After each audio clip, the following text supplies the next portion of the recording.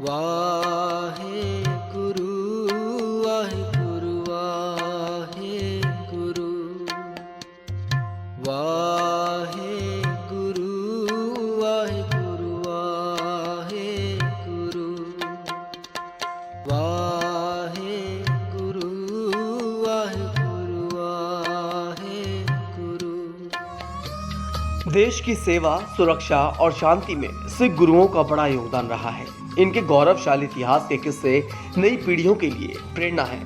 सिखों के 7वें गुरु हरिराय जी ने इस दुनिया को छोड़ने से पहले एक ऐसा ऐतिहासिक फैसला लिया जिसकी मानगी आज भी लोगों की जुबान पर है।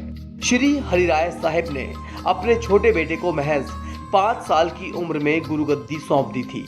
यूं तो हरिराय साहिब जी के 2 साहबजादे थे। परंपरा के मुताबिक पिता की विरासत पर बड़े बेटे का अधिकार पहला होता है, लेकिन गुरु हरिराय जी के लिए गुरु गद्दी कोई विरासत नहीं थी, बल्कि एक ऐसी धरोहर थी जो उन्हें अपने गुरु श्री हरगोबिंद साहिब जी से मिली थी।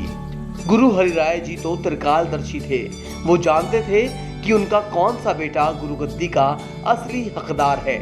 इसीलिए उन्होंने अपने बड़े बेटे राम राय को गद्दी पर ना बैठाकर छोटे बेटे हरि किशन जी को सिखों का 8वां गुरु घोषित किया।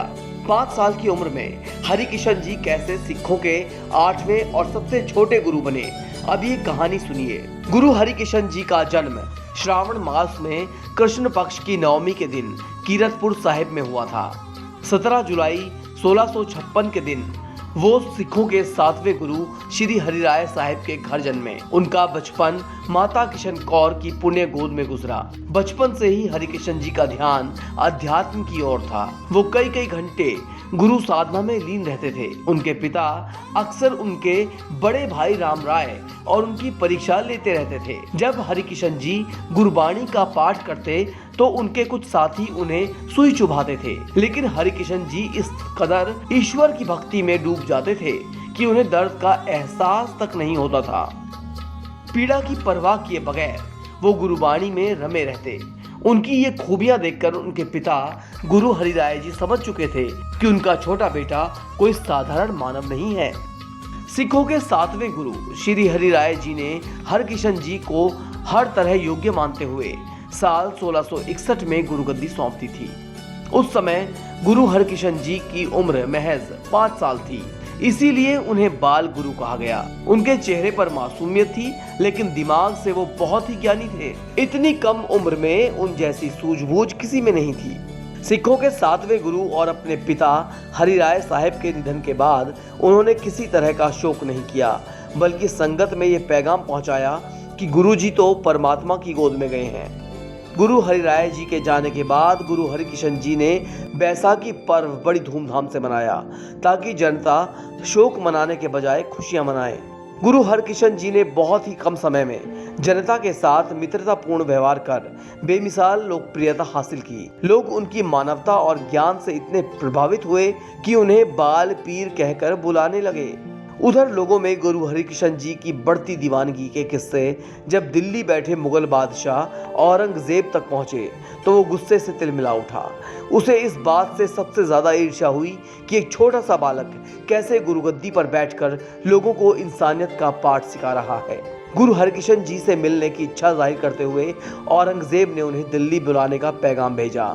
गुरु साहिब ने भी मुगल बादशाह का निमंत्रण स्वीकार किया और उनसे मिलने दिल्ली आ गए। यहाँ गुरु जी दिल्ली के एक शासक जय किशन के आलीशान बंगले में रुके। कहा जाता है कि जब गुरु हरकिशन जी दिल्ली आए तो उस वक्त दिल्ली में चेचक की महामारी फैली थी। गुरु जी ने इसी बंगले में लोगों का इलाज बंगले के अंदर स्थित सरोवर के पानी से किया। गुरु के हाथों से दी गई औषधि इतनी कारगर साबित हुई कि इससे लोग ठीक होने लगे। इस चमत्कार के बाद राजा जय सिंह के बंगले को बंगला साहिब का नाम दिया गया। आज दिल्ली में ये पवित्र जगह गुरुद्वारा बंगला साहिब के नाम से विख्यात है। गुरुजी जहां जहां से गुजरे लोगों पर मानवता की एक अमिट छाप छोड़ते गए। उनके नेक कर्मों से उन्होंने बहुत कम समय में ही बड़ी उपलब्धि हासिल की थी, लेकिन गुरुजी के अच्छे विचार, उनका सानिध्य बहुत कम समय के लिए था। गुरुजी जब 8 बरस के थे तो एक ऐसी घटना घटी जिसके चलते गुरु हरकिशन जी का साया हमेशा के लिए लोगों के सिर से उठ गया। गुरुजी को चेचक की बीमारी हो गई। जब गुरुजी को लगने लगा कि उनका अंत समय निकट आ गया है, तो उन्होंने एक रोज अपनी मां को अपने पास बुलाया और सिखों के अगले गुरु के बारे में इशारा किया। उन्होंने अपने उत्तराधिकारी के लिए बाबा बकाला का नाम लिया और परलोक सिधार गए। बाबा बकाला कौन है, इसके बारे में हम आपको अगली कहानी में बताएंगे।